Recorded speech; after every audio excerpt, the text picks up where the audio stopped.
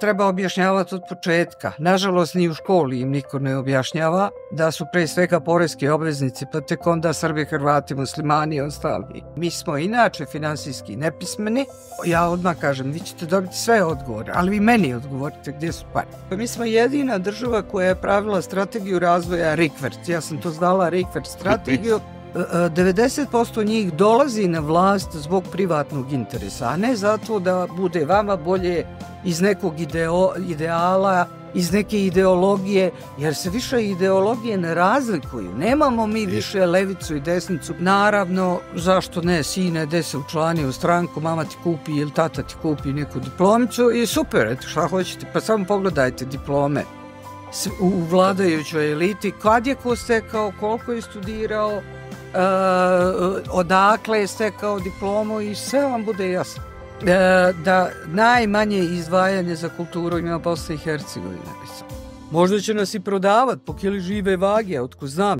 I treba dati odgovor šta je sa svim ovim parama koji su skupili za potarinu, pa za, ne znam, akcize od goriva, pa hvale se evo indirektnim porezima. Nikad više nije bilo zbog inflacije. Nepogode. A budžeti su u deficitu.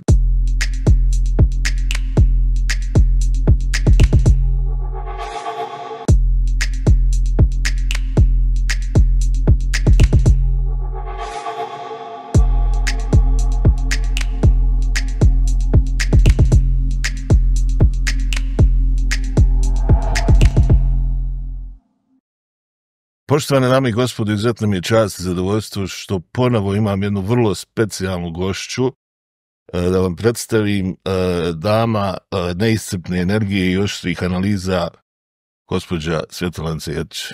Dobar dan. Konačno ste kod nas. Konačno.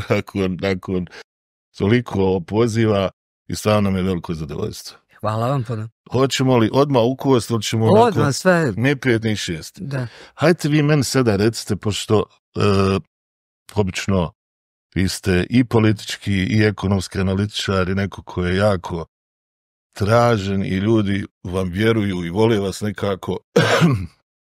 Hajde mi objasnite, kako to da oko vitalnih stvari, recimo oko ekonomije, kada bi pravili sada emisiju onako, kada pričali sad o raznim suficitima, deficitima, to ljudi uopšte ne interesuje. A svi se žali da su im male plate, da to ništa ne valja, da političari kradu.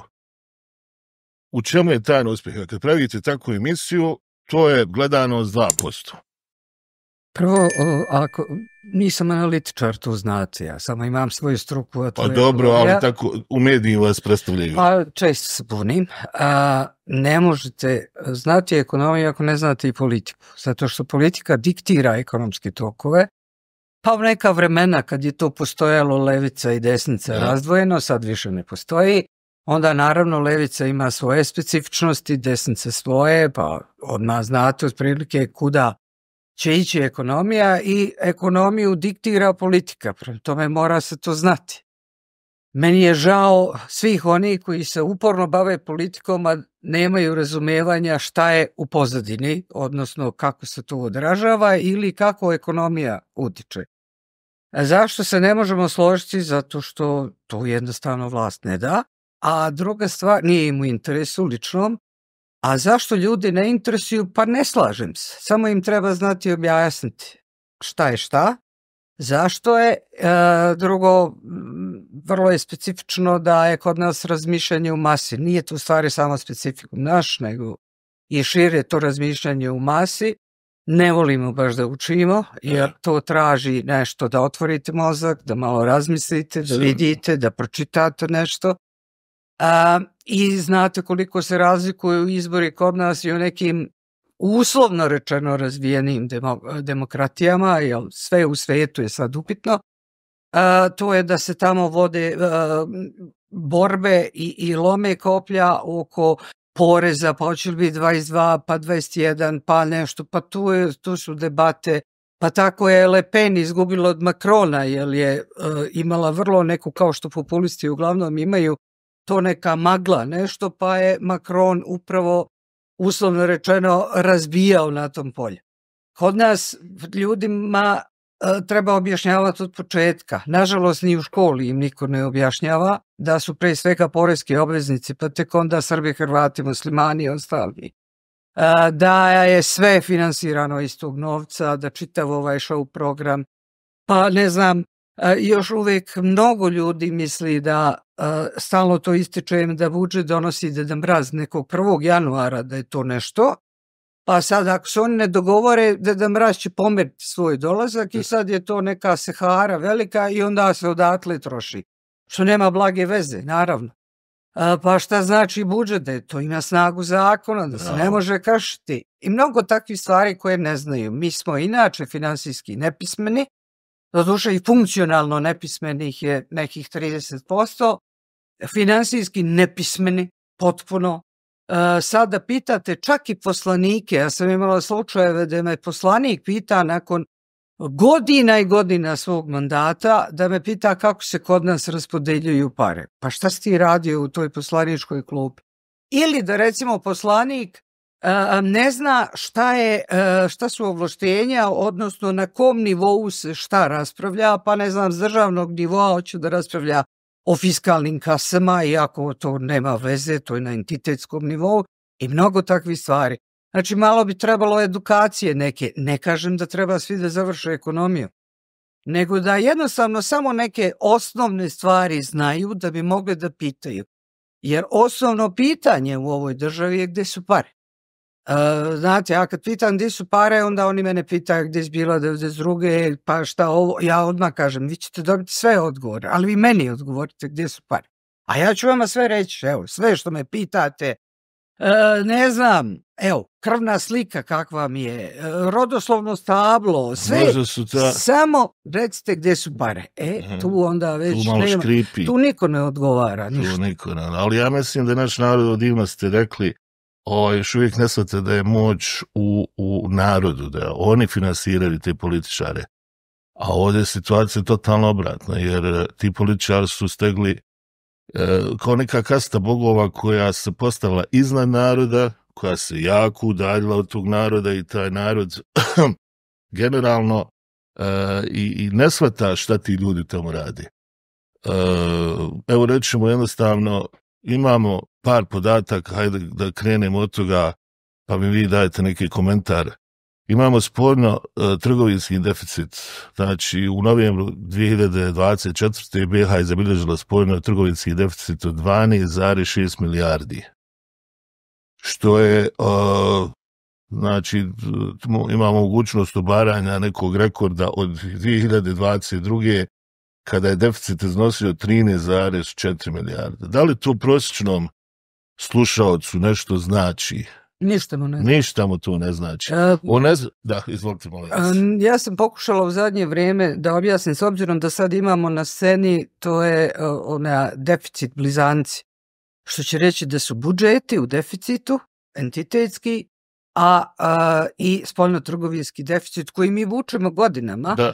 Samo što je bila, ponekad se pomeralo ta pokrivenost uvoza izvozom. Znači, ako nešto izvezete, time plaćate uvoz. Ovo praktično vučete rep i zaostajete što je veći spoljno-trgovinski deficit, a sad su i deficiti budžetski i ja samo pitam, a kad ćemo se mi to razvijati, jer treba stvoriti takvu ekonomiju koja neće imati toliki ili neće imati nikako spoljno-trgovinski deficit, ali to je već mašta u Bosni i Hercegovini, ali treba vraćati ove deficite, treba to namiriti, odakle ćemo se razvijati i kako, s obzirom da i krediti koje uzimaju, oni su za onu neproduktivnu javnu potrošnju, nema investicija, nema ničega, na osnovu čega vi zaključili, pa čekaj, dobro, u redu, ali zato to će sad doneti prihod, pa ćemo imati... Bravo,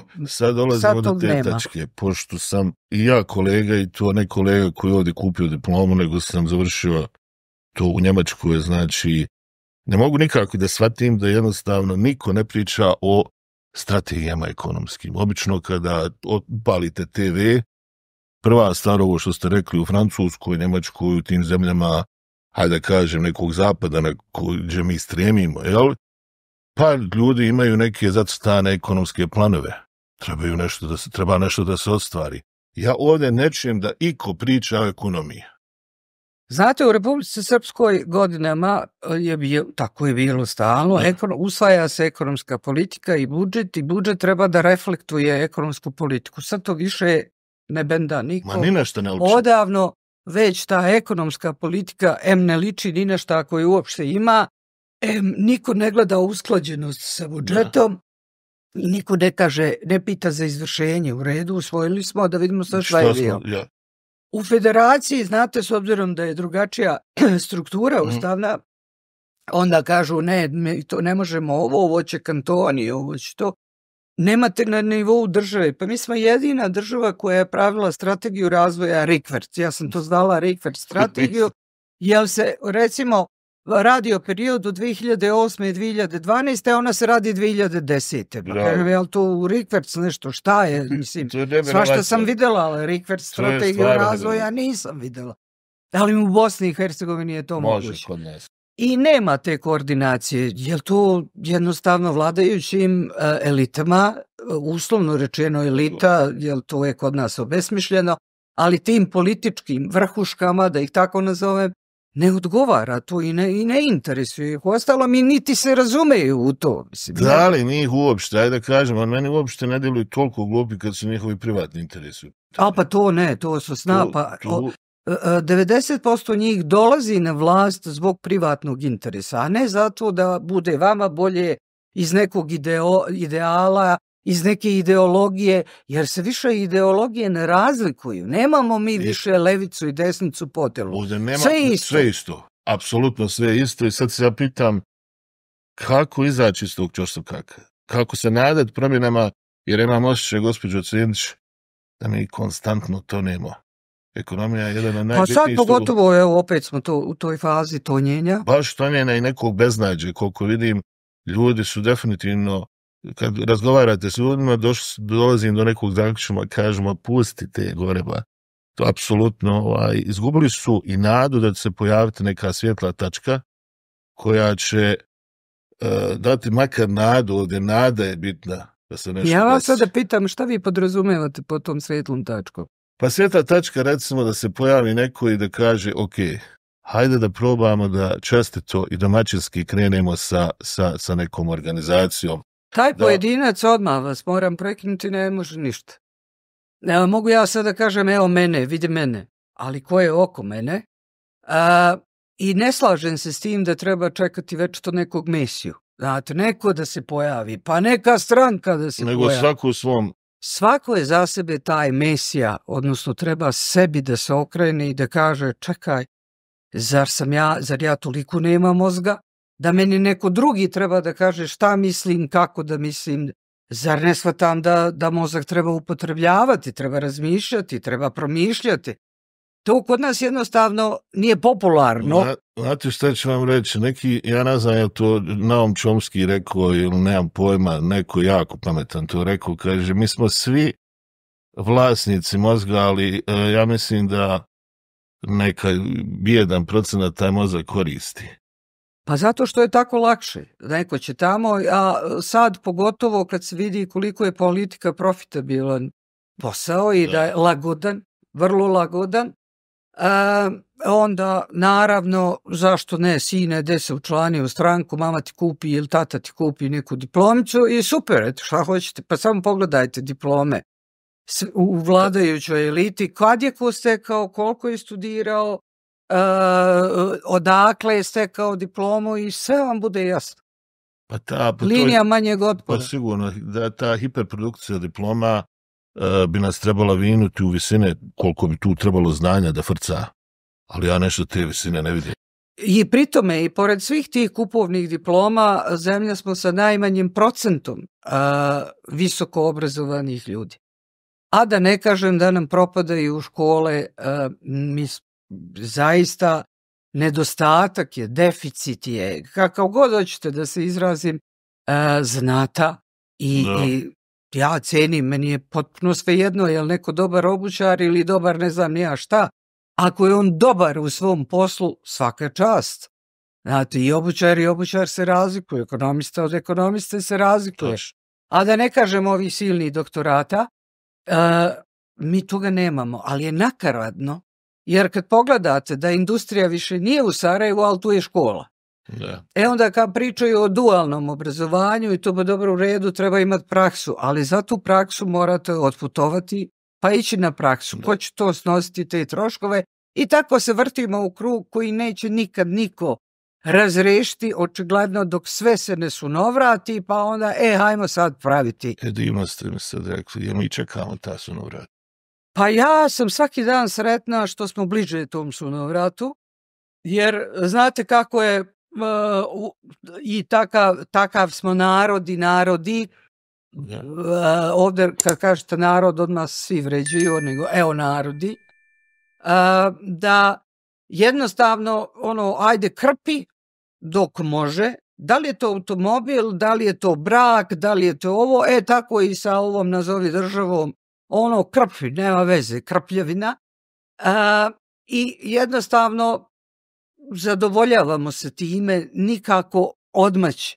A ja sam svaki dan sretnija što smo bliže tom sunovratu, kada će onda, znate, kad prenesene para, onda će loviti po ulici stručne ljude, da se ponovo stvore pare, da bi oni zaseli na vlast ponovo, ne zbog svog altruizma i koje čega, nego haj sad, nema više odakle, šta ćemo sad? David nađe nekoga ko će to malo dovesti u red, ali još ako možemo i da mu komandujemo pomalo koga će, šta će, pa ako ne može, hajde, bar jedno vreme ćemo ga pustiti ili pustiti je, pa dok para ne bude. Pa kad bude, onda ćemo ga malo onda, naravno, napad. Eto nas. Ja sad se samo pitam koliko smo mi po vašim, da li postoji neka metrička jedinica koja je mogla da nagovijesti koliko smo mi do tog kraha, jer mislim da nismo daleko. Djeca nam odlazi, najkvalifikaniji kadrovi napuštaju ovu zemlju. Apsolutno imam osjećaj da to nikoga ne dotiče. Čak što više posmatram ljude koji kažu u određenim trenucima kao neki naši prominentni političar, pa otišli su i jednog dana će se vratiti, pazite šta kažu, i on će donijeti znanje i novac sa sobom. To je to je tako bahato, to je tako bezobrazno, to je nevjerovatno. I kad čujem takvu izjavu, onda jednostavno ugasim televizor i stvarno nekad kažem, neću više nikad upaliti i poslušati takve stvari. A to je rekao jedan od vodećih BiH političara, kao dobro je što oni idu, pa jednog dana ćemo imati korist od toga. A to što mi danas nemamo ni obućara, to što mi danas nemamo ni kvalitetnog vodoinstalatera, da nađete, to je da vas Bog dragi sačuva. Da nađete, u bilo kojem segmentu mi tonemo, sve trećerazredno. I nekako zatvaramo oči i ne vidim jednostavno rješenje. Zato mi je potrebno vaš neki upliv u to sve, jer ste izuzetno britki, date uvijek u sridu, ko što kažu Dalmatinci, šta raditi u tom trenutku, šta da radim? Šta sad da radimo? Šta sad, ili kasno sve? Znate kako, ja prvo insistiram, rješenje nije ukini ovu stranku, ukini onu stranku i sad će biti bolje. Evo, eliminisana je jedna stranka iz vlasti, bar ove entitetski i državne, pa šta smo dobili? Jesmo dobili neku razliku? Nikakvu, potpuno ista praksa, ako ne i gore u nekim slučajevima, za ovo kratko vrijeme govorim. Ja mislim da prvo treba poraditi na tome da se demokratizuju ove stranke koje pričaju o demokratiji, vidjeli nisu, i gdje samo šačica ljudi odlučuje. Na prvom mjestu je to, ako hoćete već taj politički život, jel? Onda edukacija, objasniti ljudima da je njihov interes da samo malo neke stvari spoznaju, ali ja se bojim drugog scenarija koji je kod nas mnogo izvesniji nego to ajmo edukovati, ajmo ovo, ajmo vršiti pritisak da se demokratizuju stranke. To je proces u koji neće niko da uđe. Ja se bojim drugog scenarija Ne verujem ja da će biti protesta nekih, da će sad narod masovno se organizovati, jer znate kako su ih razbili i ovde i u evo ja neću ići dalje, Bosna i Hercegovina. Kako su ih razbili i u Banja Luci, kako to izmanipulišu, sve u Tuzli. Tako da ne verujem u to. Okupit će se ljudi oko nečega gdje se ne zameraju toliko vlastima, ali neće se okupiti oko ovih socijalnih, da ih tako nazovem, pitanja i egzistencijalnih.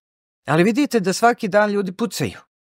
Sve više femicida, vršnjačkog nasilja, nasilja inače, samoubistava. Samo pogledajte broj samoubistava i svega. Bojim se da će se početi u tom besu i revoltu okrenuti prvom, ne znam, poslaniku, većniku, odborniku, nekome i da od toga onda kreće haos.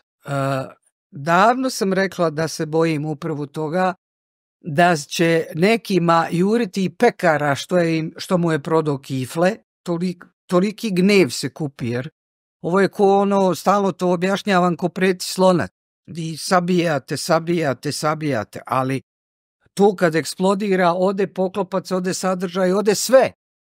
I kažem, toga se bojim, a sve više tome naginje. Jer dovoljno je posmatrati koliko od njih je na bensedinima, leksilijumima, apaurinima, a to je zapravo taj prijeti slonac. Vi ne rešavate problem, vi samo sabijate. Dalje to nezadovoljstvo, to samo privremeno umirite, a onda je u sljedećem trenutku sve veće i veće i to može da izazove tektonske poremećaje, jer to onda krene kod domine, jedna, druga, i onda to krene. Ja mislim da smo mi već u toj fazi, jer ja ne znam, Sarajevo znam od malih nogu, nikad više nismo čuli da se nešto po ovom gradu toliko puca, da se toliko ljudi nezadovoljni, da skaču, da se ubijaju, ti femicidi, razne stvari, anomalije koje apsolutno su bile nekad strane ovom društvu. Ovo je nekad bilo zdravo društvo, ovo je nekad bilo prosperitetno društvo. Ja se sjećam, kod djete išao sam prvu gimnaziju ovdje u ovom gradu, pa kad uđete u tramvaj, ljudi namirisani, sređeni, krenuli na poslove. To su bili neki inženjeri, bili lijepi, fizionomije ljudi su se promijenile. Vi na pogledu određene osobe vidite određenu inteligenciju. Ja sad pogledam i ne vidim ništa. Strah me nekad pogledati u lica ljudi, jer vidim jednostavno, svaki čovjek ima neku svoju energiju, on zrači glupošću. Koliko god to glupo zvuči, ali je stvarno tako. I šta očekivati, onda okrenete se i vidite sve nekako zapušteno, ne vodimo računa jedni od drugima, nismo uspjeli. Jednostavno otišla je empatija, pa vidjeli ste izvještaj, ovo što su radili nevladine organizacije iz Srbije, da najmanje izdvajanje za kulturu ima Bosna i Hercegovina. To je ono prestrašno. I iznos je takav da je mene bilo sramota da pročitam. I onda šta očekujete? Mislim, kultura je na zadnjem mjestu, u sportu se traži biznis i kriminal. Šta nam drugo to ostaje?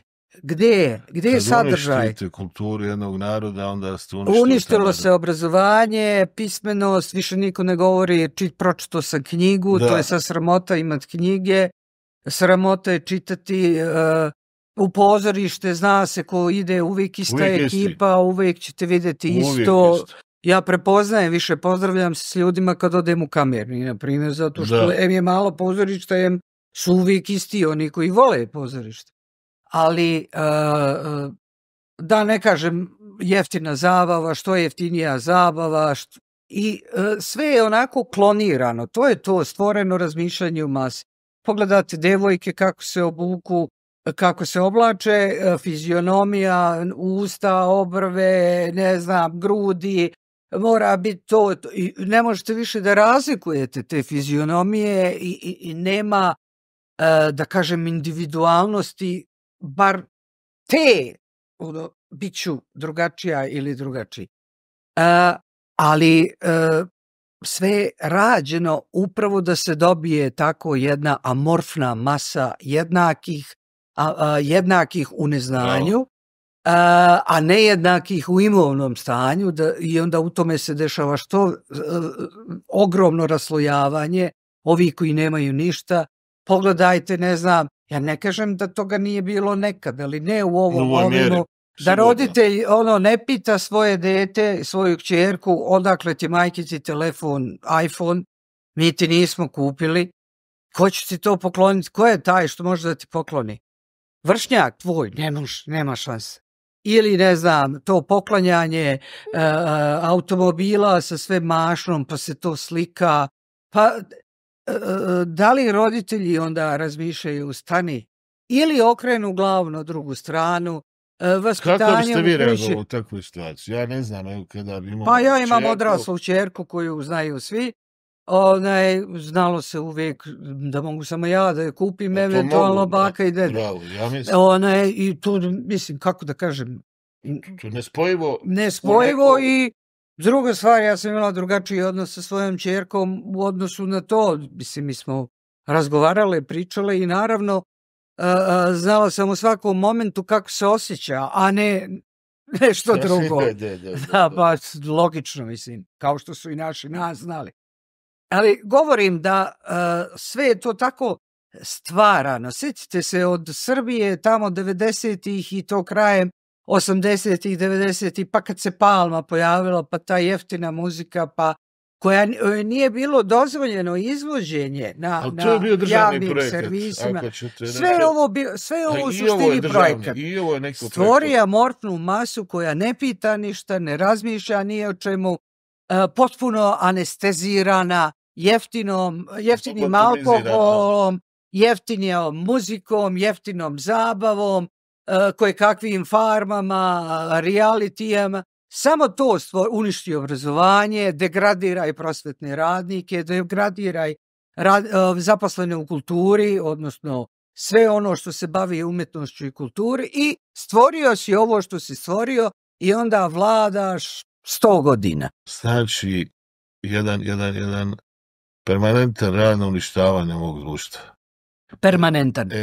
Jel ne možete očekivati da onaj čija je inteligencija nivoa kikirikija i koji ništa nije učio, nego gleda samo da bude iskompleksiran, jer mi ovdje smo terapijska grupa za koje kakve lečimo komplekse čitav život, jer on je važan, odjednom postane važan, pa postane i švaler, pa postane sve odjednom, ali ne možete očekivati da će takav stvarati neko normalno društvo, da će takav ulagati u kulturu, da će takav reći obrazovanje na prvom mjestu. Što možete očekivati takvih? Sad ja vas pitam, znači, ne očekujem ja od takvih, ali gdje je ta intelektualna zajednica? Gdje su umjetnici? Konformizam je. Znači, konformizam je zavladao odavno. Ja se vas dužno poštovanje i još par svjetlih izuzetaka ne čujem glas zdravog razuma.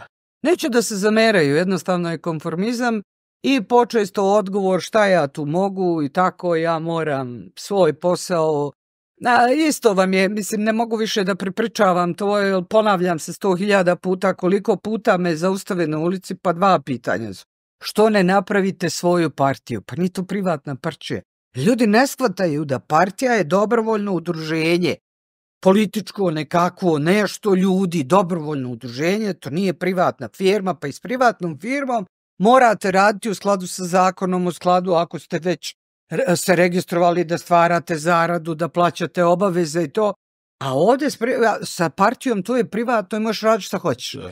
I onda kad čujem to svoju partiju, trenutno se ospem.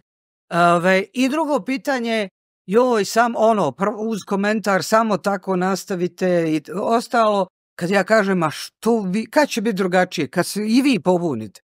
Ja imam porodicu, pa šta ja imam kuće? Šta je to što sam ja imala kuće? Pa ja sam podizala dete, izdržavala roditelje, sve živo. Znači, nije to stvar u tome. Ja znam da je cena slobode je ogromna. Ja vam kažem da je ogromna. Ali, kad više slobodnih ljudi ima, ona više nije, da kažem, skupa u onom smislu da će vas neko maltretirati, tužiti svako malo sudu, neće vam dati da se zaposlite, raskinuće ugovor s vama jer niste podobni i tako dalje. Onda se te stvari neće dešavati. A ovako, kad ste pojedinac, onda naravno da je skupo, ali ja se ne bi menjala. Psycho-Practice pokreće akciju za decu bez roditeljskog staranja iz Doma Bjelave. Naime, želimo da uradimo sljedeće. Da umjesto paketića igračaka koji svake godine razne firme i pojedinci odvajaju za ovu dečicu, napravimo nešto sasvim drugo. A to je da skupimo novac za jedno nezaboravno zimovanje, nezaboravno putovanje za 45 dece i njihove vaspitače. Radi se o obilasku Austrije, Nemačke, Francuske i Pariza. Hajmo da ovog puta napravimo sasvim drugačiji poklon za ovu dečicu. Molim vas da se javite na Domu Bjelave ili da na žiro račun koji će biti u opisu videa i koji ćemo dati ovdje direktno uplaćujete novac koji ste odvojili za paketiće ili eventualno za nešto drugo. Prvi put ova deca bi imala ovakvo putovanje i sa jednom trenutno sjajnom i kreativnom ekipom Doma Bjelave koji su spremni da krenu ovdje, krenuli na put da grade svoje uspomene. Ovo su naša deca i ja vas molim da zajednički krenemo i omogućimo im ova sećanja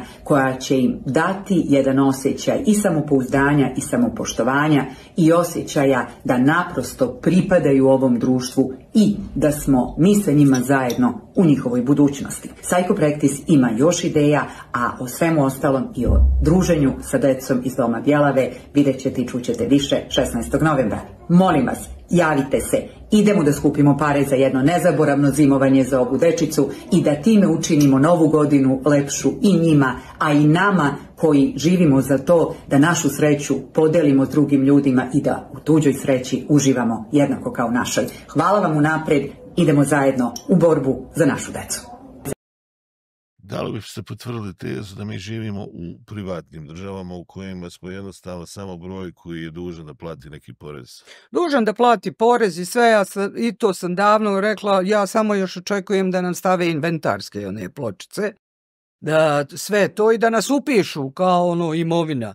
Možda će nas i prodavat po kili žive vage, otko znam, za vas bi dobili dobre pare, za mene malo manje, pošto i mene ima. Nemojte, izgledate fantastično, iskreno. Pa pustite to, nego ja znam koliko A mene dok stignu, pokušavali su, mnogi nisu uspjeli. Pa kažem, još je ostalo to da nas tako, ko marvu, jel tako smo i tretirani? Pa borimo se. Kao gore od marve. Šta vam je morate kravi, morate dati sena, konju morate dati nešto. Samo ovdje ljudima ne morate dati ništa. Ništa, samoć. Da.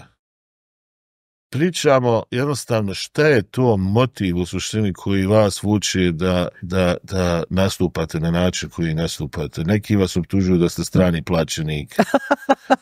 Imao sam jednostavno priliku u pripremi za ovu emisiju da saslušam gospodina Vukanovića iz Trebinje koji se izuzetno negativno o vama hajde kažemo, osvrnuo na vaš rad. Kao vi sve opoziciju Republičkog srce devalvirate, na sve moguće načine imate rješenja za sve, ali niste ta koja će preuzeti odgovornost, a oni kao taj koji jednostavno je na prvim linijama. Kako reagujete na takve... Uopšte ne reagujem. Znači, 0 bodova. Zašto bi ja reagovala na to? Da preuzem odgovornost, davno sam ja preuzela odgovornost, jer kao što se on hvali tužbama, evo da mu poručim da ih imam i ja. Samo o njima ne pričam. Zašto bi od sebe pravila takvu žrtvu, nešto vid mene, stradalnik. Ne, brate, kažem ono što mislim. Ko je njegov motiv uopšte? Njegov problem. Ja uopšte ne znam šta je njegov problem i jednostavno ne razmišljam o tome. Kad sam ja bila opozicija, ja ne znam gdje je on bio. Znači, ja sam opozicija od 2006. godine do dana današnjeg. To da preuzme odgovornost, valjda misli napraviti partiju, pa si ti tad preuzeo odgovornost. Kad su meni prekidani svi ugovori, nisam mogla nigde, ali nigde ništa da radim, ne znam gdje je on bio. Gdje je tad bio? Koliko se sjećam, on je bio savjetnik gospodinu Bosiću, sve to. Ja nisam od 2006. godine ništa od toga. Dalje, mogu da nabrojim svoje, ja ne znam šta je njegov problem. Drugo, ja o opoziciji šta, treba da je hvalim? Pa gdje je ta opozicija? Da ima jaka opozicija, ne bi bila ovakva vlast. Znači, dobru vlast čini jaka opozicija. Samo jaka opozicija svojim pritiskom može da iznedri dobru vlast. Tako da, šta god, evo, slučajno ste mi to rekli, ja ne obraćam pažnju. Ne, ja sam samo rekao u smislu da došli smo jednostavno... Idemo sad dalje. Strani plaćenik, neka mi samo, molim vas, daju te pare silne koje sam zaradila. Ja bi molila da mi konačno kažu gdje je taj račun gdje primam pare. Pa da ih podignem već jednom ako sam strani plaćenik, a nikako da dobijem te pare. Evo, pa znate šta, vrlo je neobično jednostavno da iz vaše biografije kao osobe koja je bila jedan od najuspješnijih ministara financija u vladi Republike Srpske, preko noći pređete i postanete šef nadzornog odbora BiH Telekoma. Nije to bilo preko noći, to je samo hoću da kažem, vremenska je distanca. Ja sad govorim u percepciji kako sam ja razumio to, jer posvećena vam je emisija, vi ne znate, imate, možete pogledati to na YouTube-u, gdje oni kažu da ste se vi prodali i da ste jednostavno ušli u koaliciju sa gospodinom Fahrudom Radončićem, da ste jednostavno sa Bajkerom Izetbegovićem. Znate kako već ta haranga krene, jer bez njih to ne bi kao išlo. I sad čovjek kad to jednom čovjeku ovako plasiraju i kad mu kažu i mene interesuje samo da li je moguće da mi u ovoj državi, vi ste profesionalac, vi ste osoba koja se deklarisala kao neko ko voli ovu zemlju. Dokad ćemo se mi više mjeriti jeste li vi bili tamo ili vamo? Hoćemo mi više krenuti, pogledati u budućnost i reći, Bože... Pa lakše im je da se time bavi... Hajmo naprijed, jer vi pričate o stvarima koje su razumne. Lakše im je da se time bave, jer u protivnom morali bi nešto učiti i nešto raditi. Ovako im je lakše tako da znate, postojao je jedan projekat, to je tad bilo u režiji SDA, gdje je gospodin napisao, sačuvaj Bože, maltene knjigu, sve nešto na temu pa je slao redom svima, da bi ja tek prošle godine ja se čudila šta je sad to, onda su mi rekli da je to bio projekat i da se on ponudio, da on bude taj. Tako i te emisije. Ja Fahrudina Radončića vidjela sam tad kad me pozvao i prihvatio moje uslove, ispoštovao moje uslove, nikad mi nije nazvao za vrijeme mandata, nikad od mene ništa nije tražio, niti je od njega, hvala Bogu. Tad i nikad više. Evo, do dana današnjeg se mi nismo vidjeli, a bilo je ta konstrukcija kako ću ja u stranku njegovu, nigde, kao što vidite, nema me ni u stranci, ni blizu stranke, ništa. Sa SDA, čim kritikujete sadašnju trojku, vi ste odmah SDA, to nema govora, morate biti. Doćemo i do toga. Što nema isto blage veze.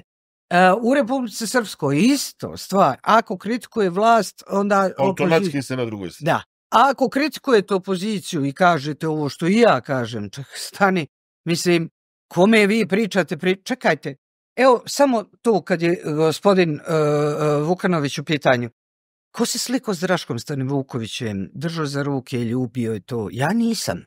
Ja sam od prvog dana rekla šta mislim i Bože sačuvaj. Sad, to je haranga, ne samo haranga, nego kampanja i ozlojeđenost. Pa čekaj, vi ste se slikali, vi ste se ljubili, vi ne. Sad vi meni osporavate nešto što nema blage veze. Ne žele da se bave, oni ne znaju drugu politiku. Nemaju druge argumente, nego jednostavno lakše je to svesti na nivo nekog trača, na nivo nekih... populizma nekog. Nije to samo populizam, to je da stvaraju narodu, narod voli teoriju zavere više nego išta, stvaraju neku teoriju zavere, neku famu, nešto, da se vlasi ne dosete, odnosno da ne razgrnemo, pa vidimo neke druge stvari. Spomenuli ste gospodina Stanivukovića, kratak komentar, Stanivuković i Jelena Trivić. Kako vi vidite njihovu političku, hajde da kažem, angažovanost i trenutan status u politici na nivou Republike Srpske? Znate šta, svi oni se udvaraju Vučiću i svi oni srbuju. Prema tome razlike nema. Razlika ima u tome samo što će reći ovaj je krao, ovaj nije krao, ovaj jeste, ovaj nije. Sve drugo nema. Ja sam gledala i njihove programe, evo za opštinske odbore, sve sam programe iščitala, svih partija, ne vidim ništa. Ništa nisam vidjela. Tako da, gospođa Jelena Trivić je imala svoj sajt, stranka nije, svoj web stranicu, Draško Stanovuković mimo PDP-a je imao svoju stranicu, onda ja tu ne vidim izgleda i mislim da to ne treba da bude društvo jedna lica. Evo, kažu da Stanovuković ima najviše izgleda čak da bude predsjednik PDP-a. Pa ćemo vidjeti šta će dalje biti, ali njihova uloga ništa se ne razlikuje u tom pogledu. Isti su ciljevi. Ajmo sad Republika Srpska bude nezavisna, niko ne kaže koliko će to koštati i koliko je to realno, da se aplaudira Vučiću i svi Vučić, sve možeš reći, samo nemoj na Vučića ništa. Tu je. U čemu je razlika? Čekaj, to radi i Milorad Dodik, to radi Stanovuković, to radi Jelena Trivić. Ne mogu reći Nebojša Vukanović ne aplaudira Vučiću, ali svi oni aplaudiraju Vučiću, svi oni imaju istu retoriku kad slušate, kad je neki praznik, kad se srbuje. Ne znam, ne vidim razliku. Šta je razlika? Pa upravo sam to htio da vas pitam. U slučaju da se kojim slučajem Dodik skloni sa političke scene, pričamo hipotetički, da li vidite nekoga koji je u stanju da promijeni tu politiku secesije? Jer, evo, hajde kažem i tu hipotetički. Evo, ja sad pitam vas kao nekoga koji je vrsni ekonomista, evo, sutra se ocijepi Republika Srpska. Šta mi imamo tu, znači, u tome? Imate jednostavno, ko će priznati tu državu? A neće niko priznati, jer i Srbija ne može s obzirom da ima Kosovo u nedrima, tako da ne može... Vi vodite državu u propast, taj narod vodite generalno u izolaciju. Kako ćete trgovati? Kako ćete raditi? Znači, ja samo postavim pitanje kako ćete doći iz Beograda do Banja Luke i obratno.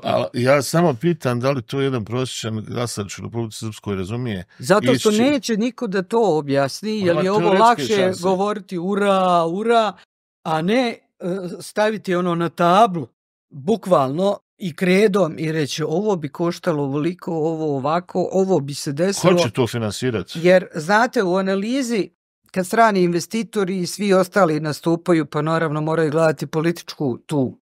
Ali ono što je bitno, nebitni likovi se nikad ne gledaju. Hoće da kažete da je Dodik nebitan lik? Pa za jednu Ameriku, za ne znam, čak i Rusiju. On je ipak uvodio sankcije Americi. Znate da je prijetio Americi. Pa neka prijeti. Odlično, samo ti projekti USAID-a vidim da i dalje idu po opštinama, tako da nešto nije u redu ili na relaciji SNSD opštine i Dodik, ili nije u redu nešto što on govori. Ali jedno je što ja hoću. Ja bi možda želela da sad imam 30 godina i da ne znam šta. Ali ograničenja su ta. Bilo šta što posmatrate, morate prvo gledati šta su ograničenja, a ne ono što vi hoćete. Vi možete da hoćete svašta i da želite svašta, ali šta su ograničenja? U Republici Srpskoj ograničenja su od geografije do toga koliko će priznati zemalja, do para, do sredstava, granica koja je ogromna, ko će to čuvati, kako će čuvati, koja valuta, šta valuta, kako će trgovati, kako će napraviti to da se dođe iz Banja Luke u Beograd, preko Brčkog ili šta. Kako od Banja Luke do Trebinja? Može li to sve Republikom Srpskom ići ili negde se mora preskakati ili šta? Tako da mnogo ima ograničenja, a to što oni žele, samo nek žele. Ja uopšte nikad nisam negirala niti ljudima, niti osporavala. Ljudi vole Republiku Srpsku. Fino, volite. Ali znate, ljubav mora da znači dobro za sve što će reći. Ne možeš voliti Republiku Srpsku i krasti je. Ne možeš voliti Republiku Srpsku i navlačiti joj neprijatelja toliko. Ne možeš voliti Republiku Srpsku umirajući se sa svim živim. To nije ljubav. Nemaš voleti Republiku Srpsku uništavajući svaki dan, šume krčeći, u bescenje prodavati. To nije ljubav. To ne može da bude ljubav. I onda neka mi neko objasni u čemu se onda sastoji ta ljubav ako je samo deklarativno reći hoću nezavisno i volim je. Da. Ja jednostavno, koliko god razmišljam sada o tome, jednostavno dolazim do zaključka da su to stvarno stvari koje su debeli apsurd. Ali hajde da se malo vratimo, situacija ni u federaciji nije ništa bolja.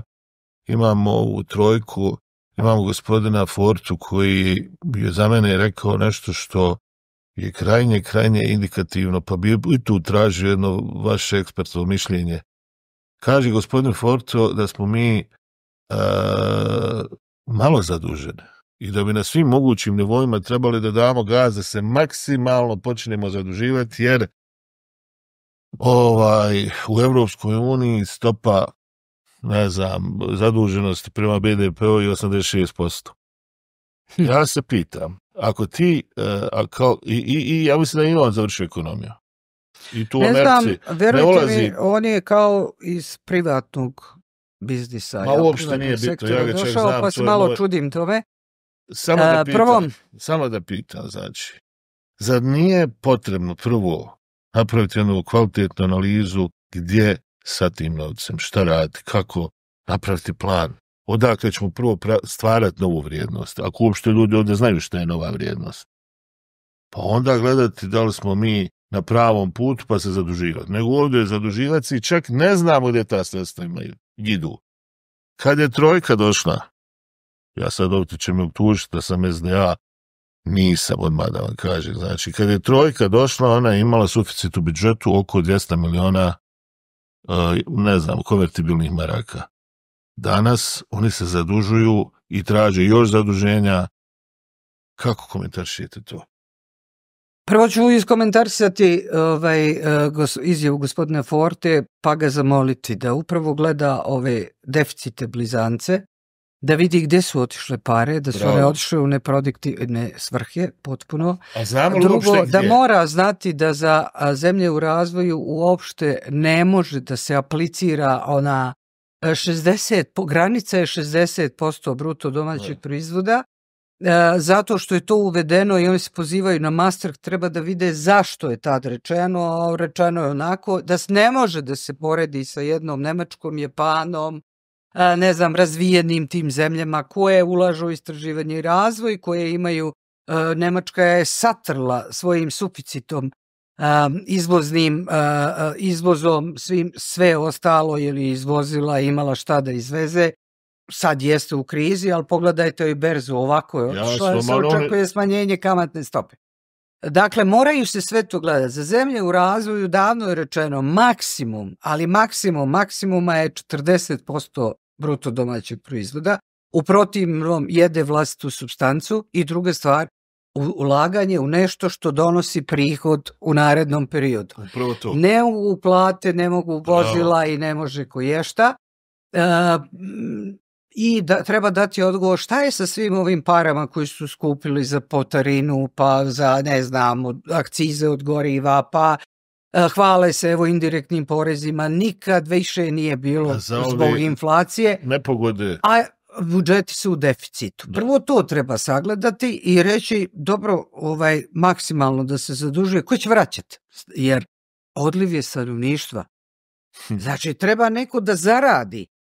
Deficit je radne snage svugde, osim u Republici Srpskoj gdje kažu da je do sada 10.000 radnika proglašeno tehnološkim viškom, znači nešto debelo nije u redu. I zamislite, kad se u takvom stanju još zadužuje. Znači, svi ovi faktori se moraju posmatrati pre nego što se da ikakva izjava o zaduženju. A nadalje, neko treba da radi. Ko je taj?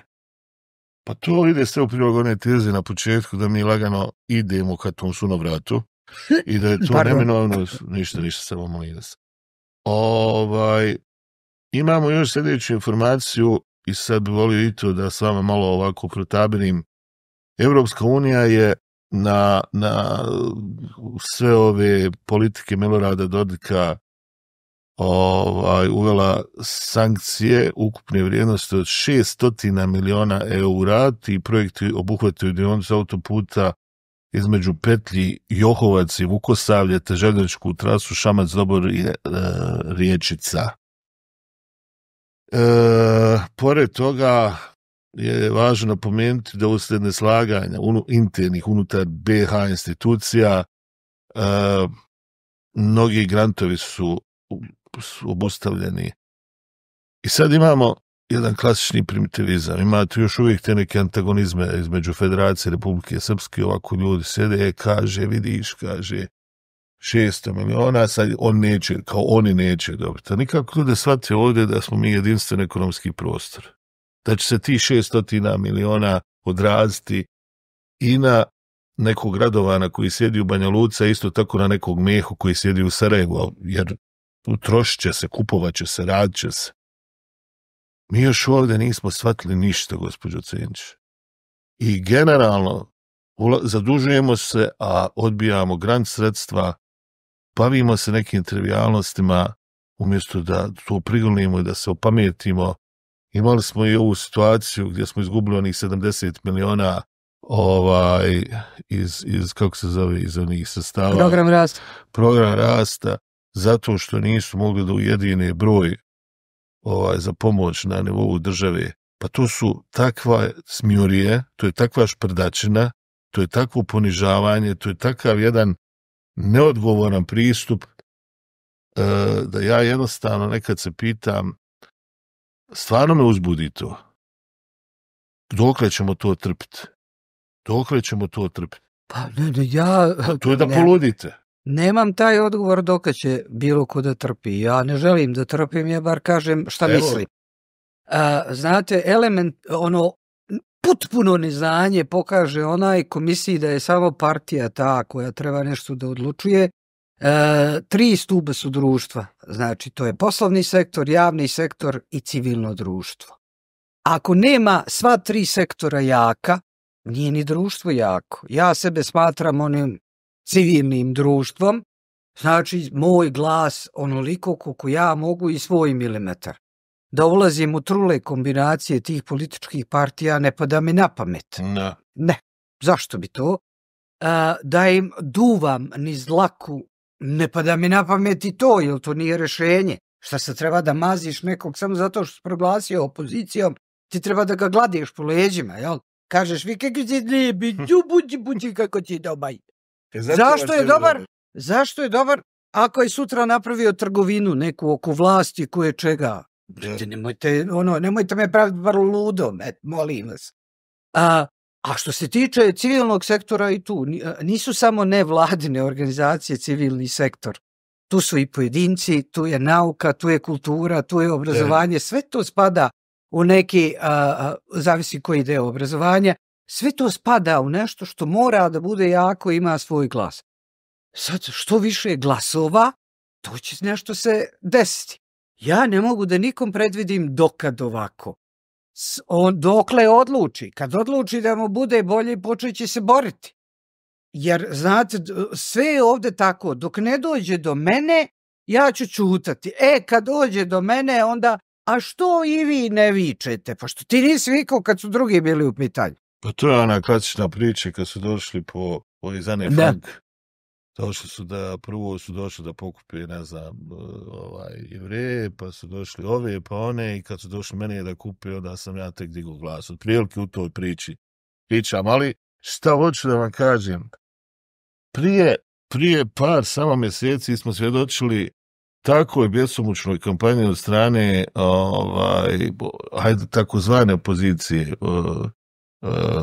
u Republici Srpskoj, da maltene su se najavljivali neki protesti, da neće biti isplaćene penzije, da ljudi trebaju da žive u strahu, da je Dodik na kraju, da će bježati u Moskvu, da ga Putin tamo treba da primi, i svakakve scenarije smo slušali.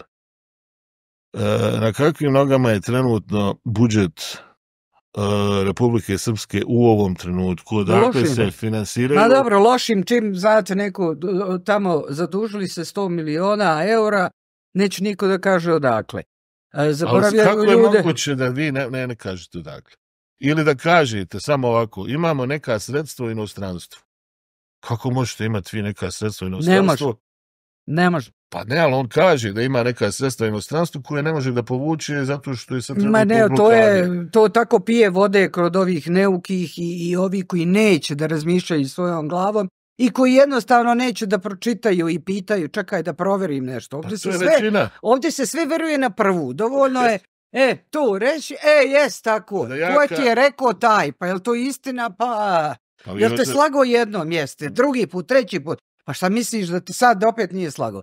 Ne može da ima, vi znate da čitav sistem platni je uvezan i centralna banka, znači sve što ulazi, izlazi, također se registruje kapital u centralnoj banci, zna se ko investira i tako, te pare. Neće da kažu odakle, zaboravljajući, i to je isto potpuno neznanje, zašto se kaže javne financije, javni prihodi, javni dug, zato što mora da bude javni i zato što mora se znati odakle. Javni dug je zbir unutrašnjeg i vanjskog i javni je zato što ćemo ga svi vraćati. Znate, zašto se zove javno, onda kaže da ne čuju naši neprijatelji. Koji neprijatelji? Dovoljno je u centralnoj banci neko samo da pogleda i da vidi kuda je ušlo tih, da je preko komercijalne, opet se registruje preko centralne banke. To su sve, kažem, priče za malu djecu. Da li će neko odgovarati za to? Mi ako ne znamo ni porijeklo novca, možda još se taj novac... Ovdje niko ni za što ne odgovara. I iskreno da vam kažem... Za takvu izjavu bi ste odgovarali u nekoj ozbiljnoj državi. Pa recimo da sam ja to svoje vremeno izjavila, meni bi creva razvlačili, znate, od Banskog dvora do vlade, razvučena. Pa šta se čeka? Pa što, tako im odgovara, tako im fino. Znači mogu mlatiti šta hoće. Ovdje se skandali dešavaju na dnevnoj bazi. Kršenje zakona u svakoj sekundi, svakoj minuti. Da sve više to prolazi kao normalno. Ovdje je nenormalno kad se desi nešto dobro, onda je to nenormalno. Ovdje je nenormalno imati dobre namere. Jer nešto s njom nije u redu. Mislim, tu ima dobre namere. Ovdje je nenormalno koristiti mozak, ovdje je nenormalno pitati, ovdje je sve to nenormalno. Odmah vam gledaju da zalepe etiketu, pri tome pokazujući raskoš svog neznanja. Pa to je vrlo impresivno, jer jednostavno kad čovjek malo mučni glavom vidi da tu apsolutno ništa ne štima. Onda ćemo da vam se zahvalimo na ovom gostovanju, nadam se da neće biti posljednje.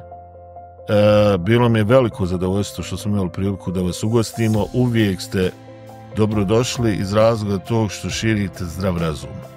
I način kako vi to radite, nešto što plijeni, vrata ove kuće su vam otvorena i želimo vam puno sreće u daljem radu i da što više ljudi osvijestite i da što više ljudi počne razmišljati svojom glavom, jer nama očigledno hvali hrabrih ljudi, vi ste hrabra žena. Prema tome, samo naprijed. Hvala vama puno, ja se samo nadam da će više i više glasova biti, ne želim nam scenariju u kome će samo odjednom nastati haos.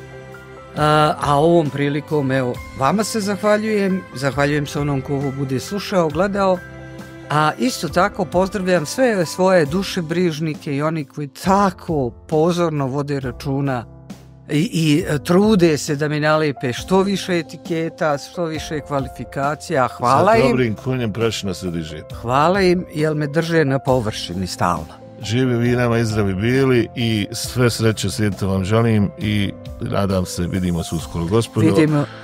Ovo je bila veličanstvena po meni, jako draga gospođa Svetlana Cenić. Hvala vam, do sljedećeg gledanja.